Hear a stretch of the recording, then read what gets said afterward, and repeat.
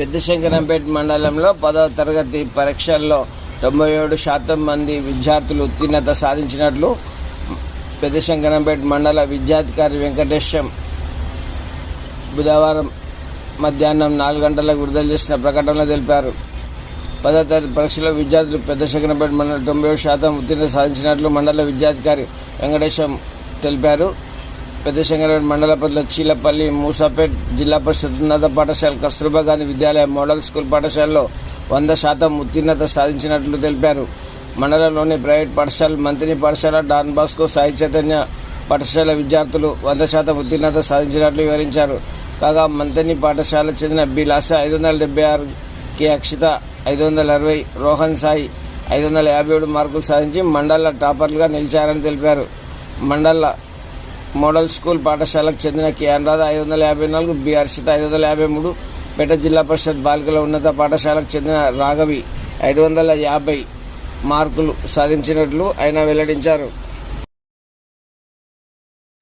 హిందూ ధర్మ పరిరక్షణ కోసం ప్రతి ఒక్కరూ పాటుపడాలని తెలంగాణ రాష్ట్ర సాధు సంతుల ప్రతినిధి, కొండాపూర్ ఆశ్రమ పీఠాధిపతి సంగ్రామ్ మహారాజ్ అన్నారు.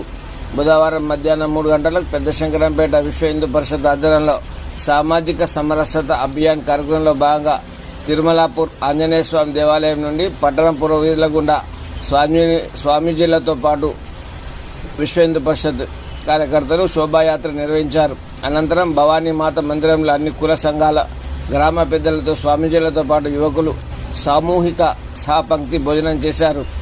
అనంతరం ఏర్పాటు చేసిన సభలో సంగ్రామ్ మహారాజ్ మాట్లాడుతూ భారతీయ సంస్కృతి, సాంప్రదాయాలు, ప్రకృతిని, సమరసతను కాపాడుకోవాలని పిలుపునిచ్చారు. హిందువులందరూ జాగృతం కావాలని పేర్కొన్నారు. తెలంగాణ రాష్ట్ర సామాజిక సమరసత కన్వీనర్ ధనంజయ్ మాట్లాడుతూ శ్రీరాముడు, శ్రీకృష్ణుడు నడయాడిన వేద భూమి, ధర్మభూమి భారతదేశం అని వివరించారు.